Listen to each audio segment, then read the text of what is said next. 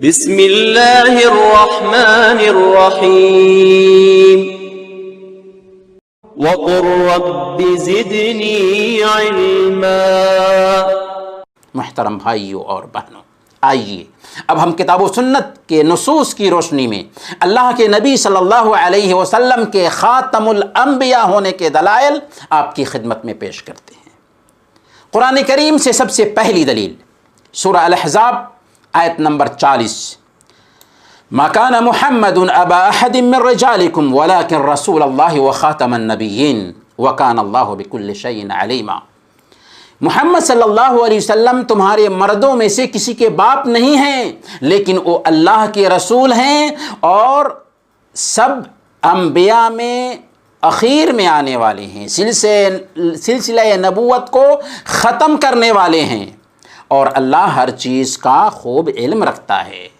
اس آیت کریمہ کے ذریعہ اللہ تعالیٰ نے واضح کر دیا کہ محمد صلی اللہ علیہ وسلم تمہارے مردوں میں سے کسی کے نسبی یا رضائی باپ نہیں، کیونکہ آپ بیٹوں کے باپ نہیں تھے، سارے بیٹے آپ کی زندگی ہی میں وفات پا گئے تھے، البتہ آپ بیٹیوں کے باپ تھے، اور آپ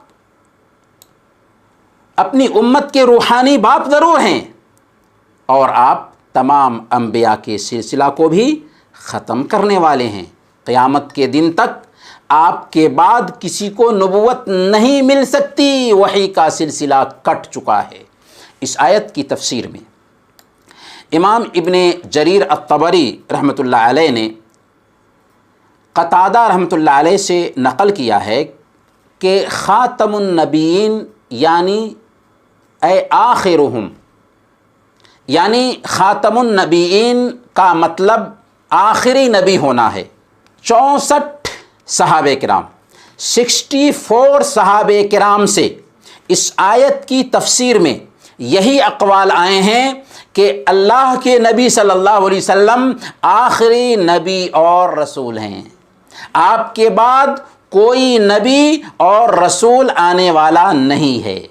اور ائمہ مفسرین میں امام ابن جریر الطبری رحمۃ اللہ علیہ اس آیت کی تفسیر میں فرماتے ہیں وَخَاتَمَ النَّبِيِّينَ الَّذِي خَتَمَ النُّبُوَّةَ فَتَبَعَ عَلَيْهَا فَلَا يُفْتَحُ لِأَحَدٍ بَعْدَهُ إِلَىٰ قِيَامِ السَّاعَةِ، یعنی خاتم النبیین کا مطلب یہ ہے کہ وہ شخص جس نے نبوت کو ختم کر دیا اور اس پر مہر لگا دی، لہذا آپ کے بعد محمد صلی اللہ علیہ وسلم کے بعد صبح قیامت تک کسی کے لیے کھولی نہیں جا سکتی۔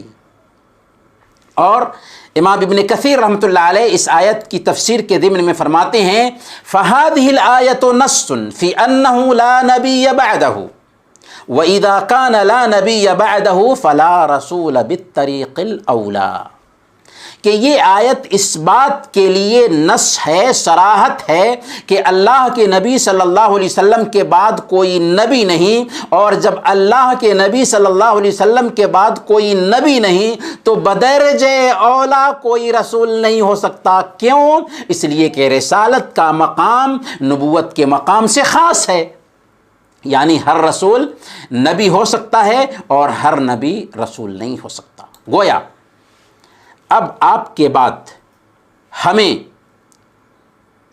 نہ پچھلی شریعت کی ضرورت ہے اور نہ آئندہ کسی شریعت کی ضرورت رہے گی، نہ کسی نئے نبی کی ضرورت ہے اور نہ کسی نئی شریعت کی ضرورت رہے گی، کیونکہ دین مکمل ہو چکا ہے، دین مکمل ہو چکا ہے۔ اللہ تعالیٰ نے فرمایا سورہ المائدہ آیت نمبر 3 اليوم اکملت لکم دینکم واتممت علیکم نعمتی ورضیت لکم الاسلام دینا، آج میں نے تمہارے لیے تمہارے دین کو مکمل کر دیا اور تم پر اپنی نعمت تمام کر دی، اور تمہارے لیے دین کی حیثیت سے اسلام کو قبول کر لیا ہے، پسند کر لیا ہے۔ اس آیت کے نزول کے 81 دن کے بعد اللہ کے نبی صلی اللہ علیہ وسلم اس دنیا سے رخصت ہو گئے۔ ایک یہودی کے ذہن میں اس آیت کی کیسی اہمیت بیٹھی کہ اس نے ایک مرتبہ امیر المؤمنین عمر فاروق رضی اللہ تعالیٰ عنہ سے کہہ دیا کہ امیر المؤمنین آپ لوگ قرآن کریم میں ایک آیت پڑھتے ہیں، اگر وہ آیت ہم یہودیوں کے بیچ اتری ہوتی تو ہم نے اس دن کو عید بنا لیا ہوتا۔ امیر المؤمنین عمر فاروق رضی اللہ تعالیٰ عنہ نے کہا کہ وہ کون سی آیت ہے؟ اس نے کہا کہ الیوم اکملت لکم دینکم۔ یہ سن کر امیر المؤمنین نے کہا قد عرفنا ذلک اليوم والمکان الذي نزلت فیہ علی النبی صلی اللہ علیہ وسلم، نزلت فیہ علی النبی صلی اللہ علیہ وسلم وهو قائم بعرفۃ یوم الجمعہ۔ ہمیں معلوم ہے کہ وہ کون سا دن تھا اور وہ جگہ بھی ہمیں معلوم ہے۔ یہ آیت اللہ کے نبی صلی اللہ علیہ وسلم کے اوپر اتری تھی جمعہ کے دن، جبکہ آپ عرفہ میں وقوف کیے ہوئے تھے۔ محترم بھائیوں اور بہنوں، اللہ کے نبی صلی اللہ علیہ وسلم کا خاتم النبیین ہونا اللہ تعالیٰ نے آدم علیہ السلام کی پیدائش سے پہلے ہی طے کر دیا تھا۔ کب؟ آدم علیہ السلام کے جسد خاکی کے تیار ہونے سے پہلے ہی اللہ کے نبی صلی اللہ علیہ وسلم کو خاتم النبیین اللہ تعالیٰ نے بنا دیا تھا، یعنی لکھ دیا تھا۔ صحیح مسلم کی روایت ہے، حضرت عرباض بن ساریہ رضی اللہ تعالیٰ عنہ بیان کرتے ہیں کہ اللہ کے رسول صلی اللہ علیہ وسلم نے ارشاد فرمایا انی عند اللہ مکتوب خاتم النبیین وان آدم لمنجدل فی طینتہ، میں اللہ کے پاس اسی وقت خاتم النبیین لکھ دیا گیا جبکہ آدم علیہ السلام اپنی مٹی ہی میں تھے۔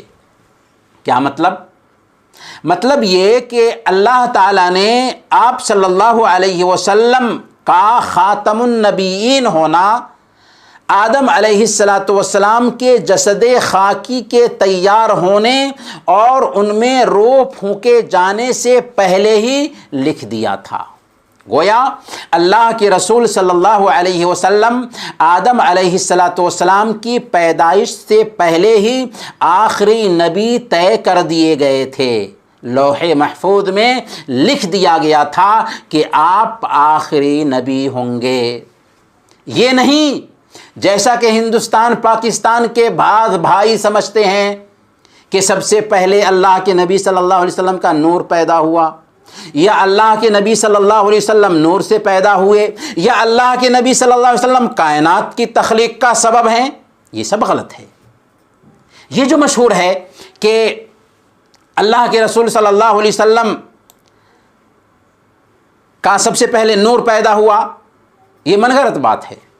اور یہ جو روایت بیان کی جاتی ہے کہ اول ما خلق اللہ نور نبی یا جابر، کہ سب سے پہلے اے جابر تیرے نبی کا نور اللہ نے پیدا کیا، اس روایت کی کوئی حقیقت نہیں، بے اصل روایت ہے، منگرت اور موضوع روایت ہے۔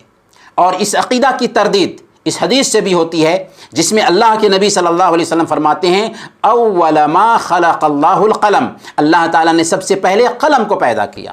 تو یہ کیسے کہیں گے کہ اللہ تعالیٰ نے سب سے پہلے اللہ کے نبی صلی اللہ علیہ وسلم کے نور کو پیدا کیا، حالانکہ وہ روایت ہی منگرت ہے۔ اسی طریقے سے یہ بات بھی غلط ہے کہ اللہ کے نبی صلی اللہ علیہ وسلم نور سے پیدا ہوئے۔ اللہ کے نبی صلی اللہ علیہ وسلم انسانوں میں سب سے افضل انسان ہیں، البتہ آپ انسانوں میں سب سے افضل انسان ہونے کے باوجود آپ کا جسم خون، گوشت اور ہڈیوں سے ہی بنا تھا۔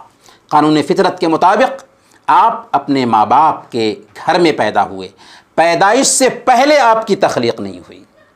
اسی طریقے سے یہ بات بھی غلط ہے کہ آپ کائنات کی تخلیق کا سبب ہیں، اور یہ جو روایت بیان کی جاتی ہے لولاک لما خلقت الافلاک، کہ اگر آپ نہ ہوتے تو میں کائنات کو پیدا نہ کرتا، یہ منگھرت، موضوع اور بے اصل روایت ہے۔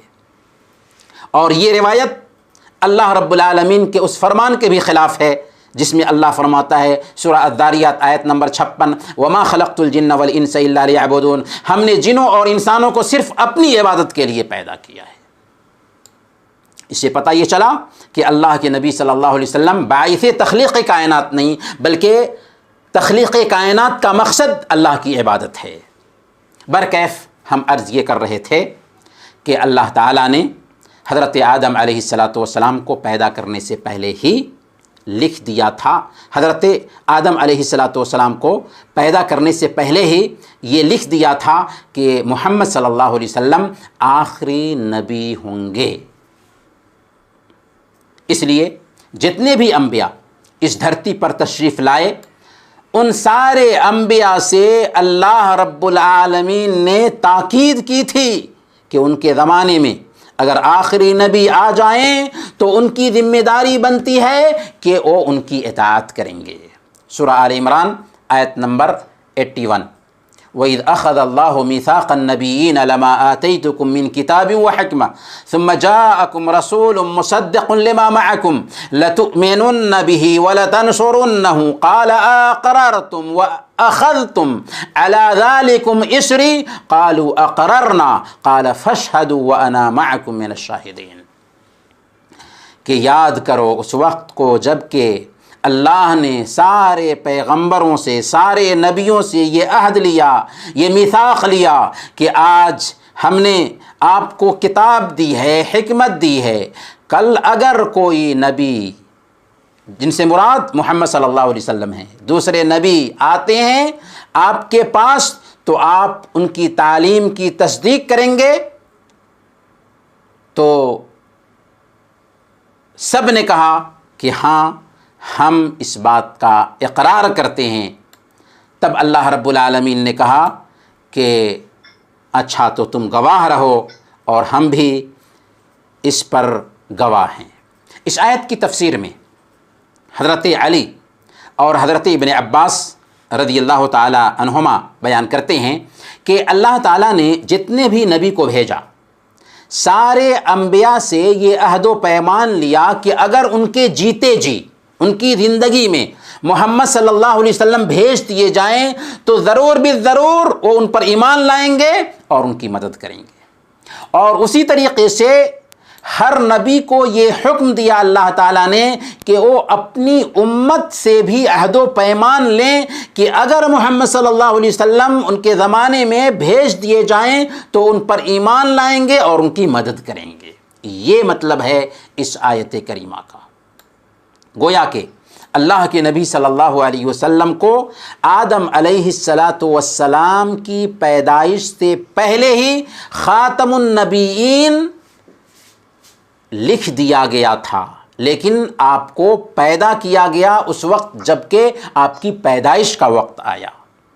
اور اسی لیے اللہ تعالیٰ نے جتنے بھی انبیاء آئے سارے انبیاء سے یہ وعدہ لیا کہ اگر تمہارے زمانے میں آخری نبی آ جائیں تو تمہاری ذمہ داری ہے کہ ان کی اطاعت کرنا، ان کی مدد کرنا۔ اور نبیوں نے اپنی قوم سے کہا کہ اگر ہمارے زمانے میں آخری نبی آ جائیں تو سب کی ذمہ داری بنتی ہے کہ ان پر ایمان لائیں اور ان کی اطاعت کریں۔ اب آئیے احادیث کی روشنی میں اللہ کے نبی صلی اللہ علیہ وسلم کے خاتم الانبیاء ہونے کو سمجھتے ہیں۔ سب سے پہلی حدیث صحیح بخاری اور صحیح مسلم کی روایت ہے۔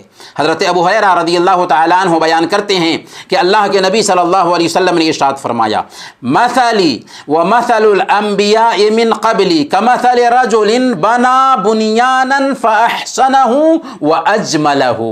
میری مثال اور مجھ سے پہلے جو انبیاء گزر چکے ہیں ان کی مثال ایک ایسے آدمی کی سی ہے جس نے گھر بنایا اور اس کو بہت اچھے انداز میں سجایا، سنوارا، آراستہ کیا، الا موضع لبنۃ من زاویۃ من زوایا، مگر اس کے کسی ایک حصے میں ایک اینٹ کی جگہ خالی چھوڑ دی۔ گھر تو اچھا سجایا لیکن ایک اینٹ کی جگہ خالی چھوڑ دی۔ فجعل الناس يطوفون به ويعجبون له ويقولون هل وضعت هذه اللبنة، لوگ اس کے پاس چکر لگاتے ہیں اور خوش ہوتے ہیں اور کہتے ہیں کہ کاش کہ یہ جو ایک جگہ پر اینٹ چھوڑ دی گئی ہے یہ اینٹ بھی رکھ دی گئی ہوتی تو تعمیر بالکل مکمل ہو جاتی۔ آپ نے فرمایا فَأَنَا اللَّبِنَةُ وَأَنَا خَاتَمُ النَّبِيِّينَ، وہ آخری اینٹ میں ہی ہوں اور میں ہی خاتم النبیین ہوں۔ اس حدیث میں اللہ کے نبی صلی اللہ علیہ وسلم نے انبیاء کی بعثت کو ایک خوبصورت محل اور عمارت سے تشبیہ دی ہے، لیکن اس خوبصورت اور حسین و جمیل عمارت کے باوجود اس کے ایک کونا میں ایک اینٹ کی جگہ خالی تھی۔ لوگ عمارت کے چاروں طرف سے چکر لگاتے تھے، اس کی خوبصورتی پر سر دھنتے تھے، لیکن یہ کہتے تھے کہ کاش کہ یہ جو جگہ بچ گئی ہے ایک اینٹ کی، اس اینٹ کی جگہ بھی بھر دی جاتی۔ آپ نے فرمایا وہ آخری اینٹ میں ہی ہوں۔ اس حدیث نے بالکل کھل کر کے 2 اور 2 4 کے جیسے بات واضح کر دیا کہ اللہ کے نبی صلی اللہ علیہ وسلم نبوت کے آخری گھر کی وہ آخری اینٹ ہیں۔ آپ کے بعد قیامت کے دن تک کوئی نبی آنے والا نہیں ہے۔ دوسری حدیث صحیح ابن حبان کی روایت ہے، حضرت ابو ہریرہ رضی اللہ تعالیٰ عنہ بیان کرتے ہیں کہ اللہ کے نبی صلی اللہ علیہ وسلم نے ارشاد فرمایا، فضلت علی الانبیاء بست، مجھے تمام انبیاء پر 6 وجہ سے فضیلت دی گئی ہے۔ اعطیت جوامع الکلم، پہلا یہ کہ مجھے جوامع الکلم عطا کیے گئے ہیں، یعنی آپ کم الفاظ میں جامع گفتگو فرماتے تھے۔ وَنُصِرْتُ بِالرُّعْبِ، دوسرے یہ کہ رعب کے ذریعہ میری مدد کی گئی ہے، یعنی اللہ کے نبی صلی اللہ علیہ وسلم کا رعب اور ڈر اپنے دشمن پر 1 مہینہ کی مسافت پر ہوتا تھا۔ 1 مہینہ کی مسافت میں دشمن آپ سے ڈرتے تھے۔ وَأُحِلَّتْ لِي الْغَنَائِمُ، اور میرے لیے مال غنیمت بھی حلال کر دیا گیا ہے۔ وَجُعِلَتْ لِي الْأَرْضُ طَهُورًا وَمَسْجِدًا، اور چوتھے یہ کہ میرے لیے زمین کو پاک بنایا گیا ہے اور پاکی حاصل کرنے کا ذریعہ بھی بنایا گیا ہے کہ تیمم کے ذریعہ اس زمین کی مٹی سے ہم پاکی حاصل کر سکتے ہیں۔ وَأُرْسِلْتُ إِلَى الْخَلْقِ كَافَّةً وَخُتِمَ بِي النَّبِيُّونَ، اور مجھے تمام مخلوق کی طرف بھیجا گیا ہے اور میرے ذریعہ انبیاء کا سلسلہ ختم کر دیا گیا۔ یعنی آپ سے پہلے جتنے بھی انبیاء آئے ان سارے انبیاء کو اللہ تعالیٰ نے اپنی اپنی قوم کے لیے بھیجا، لیکن آپ صلی اللہ علیہ وسلم تمام جن و انس کے لیے بھیجے گئے۔ آپ پر نبوت ختم کر دی گئی، اب قیامت کے دن تک کوئی نبی اور کوئی رسول آنے والا نہیں ہے۔ تیسری حدیث سنن ابی داؤد کی روایت ہے، اللہ کے نبی صلی اللہ علیہ وسلم نے فرمایا، وَأَنَا آخِرُ الْأَنْبِيَاءِ وَأَنْتُمْ آخِرُ الْأُمَمِ، میں نبیوں میں سب سے آخری نبی ہوں اور تم امتوں میں سب سے آخری امت ہو۔ چوتھی حدیث سنن ترمذی کی روایت ہے، حضرت انس رضی اللہ تعالیٰ عنہ بیان کرتے ہیں کہ اللہ کے نبی صلی اللہ علیہ وسلم نے ارشاد فرمایا، ان الرسالۃ والنبوۃ قد انقطعت فلا رسول بعدی ولا نبی، کہ رسالت اور نبوت ختم ہو چکی، میرے بعد نہ کوئی نبی بننے والا ہے اور نہ ہی کوئی رسول بننے والا ہے۔ فشق ذلك علی الناس، صحابہ کرام پر یہ بات گراں گزری کہ کیسے اللہ کے نبی صلی اللہ علیہ وسلم جب چلے جائیں گے تو وحی کا سلسلہ ختم ہو جائے گا۔ تو آپ نے فرمایا لیکن المبشرات، لیکن بشارت کی چیز باقی رہے گی۔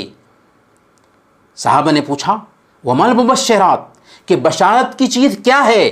تو آپ نے فرمایا رؤیا المسلم، یعنی مسلمان کا خواب، وہی جزء من اجزاء النبوہ، کہ مسلمان کا خواب نبوت کا 40واں حصہ ہے۔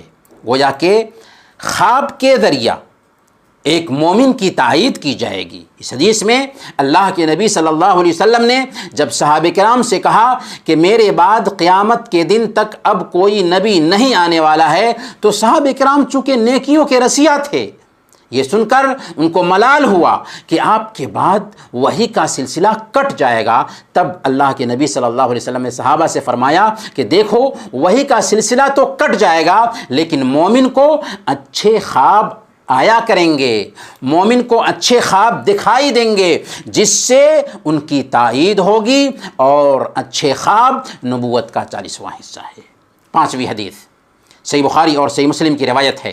حضرت ابو ہریرہ رضی اللہ تعالیٰ عنہ بیان کرتے ہیں کہ اللہ کے نبی صلی اللہ علیہ وسلم نے ارشاد فرمایا، کانت بنو اسرائیل تسوسهم الانبیاء کلما ہلک نبی خلفہ نبی وانہ لا نبی بعدی۔